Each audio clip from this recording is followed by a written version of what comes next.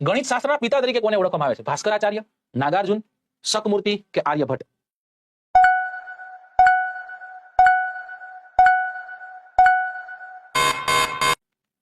આર્યભટ્ટ એમ ગણિત શાસ્ત્ર પિતા હતા. આર્યભટ્ટીમ નામનો ગ્રંથ લખ્યો તેમને. એ આર્યભટ્ટીમ ગ્રંથમાં પાઈની કિંમત આપી હતી 22/7 કે પછી 3.14 એવું કઈક હતું. હા કે ના? પછી ગોલક જે છે એ ગોલકના પરિઘ અને વ્યાસ જે છે વ્યાસના ગુણોત્તરને દર્શાવતા જે અચળાંક છે પાઈ, એ પાઈ આપી હતી એમને. હા સાહેબ, આજે તમે કીધું ગુણાકાર ભાગાકાર બધામાં એમનું યોગદાન હતું આર્યભટ્ટનું. આર્યભટ્ટે લખેલો એક ગ્રંથ જેનું નામ છે આર્યભટ્ટીમ. દોસ્તો આ આર્યભટ્ટીમ નામના ગ્રંથમાં તે જો ગણિત શાસ્ત્ર તો મળે છે આપણને, ગણિત તો મળે છે, ગણિતની સાથે સાથે આપણને ખગોળશાસ્ત્ર પણ મળે છે. આ એ જ વ્યક્તિ છે કે જેને પોતાના પુસ્તકમાં લખ્યું હતું ભાઈ સૂર્યગ્રહણ અને ચંદ્રગ્રહણ રહ્યા ને એ સૂર્ય, ચંદ્ર અને પૃથ્વી એ એક લાઈનમાં આવતા હોય છે, એના સ્થાનના કારણે બનતા, કોઈ રાહુ કેતુના કારણે નથી થતા. આ એ જ વ્યક્તિ છે જેમને કીધું હતું પૃથ્વી પોતાની ધરી પર ફરે છે. લોકો ગાંડા કહેતા અમને, પણ ખરેખર પછી જાણવા મળ્યું ખરેખર ફરે છે. નામ શું હતું? આર્યભટ્ટ. એમના જ માનમાં ભારતે પોતાનો પ્રથમ ઉપગ્રહ આર્યભટ્ટ છોડ્યો હતો.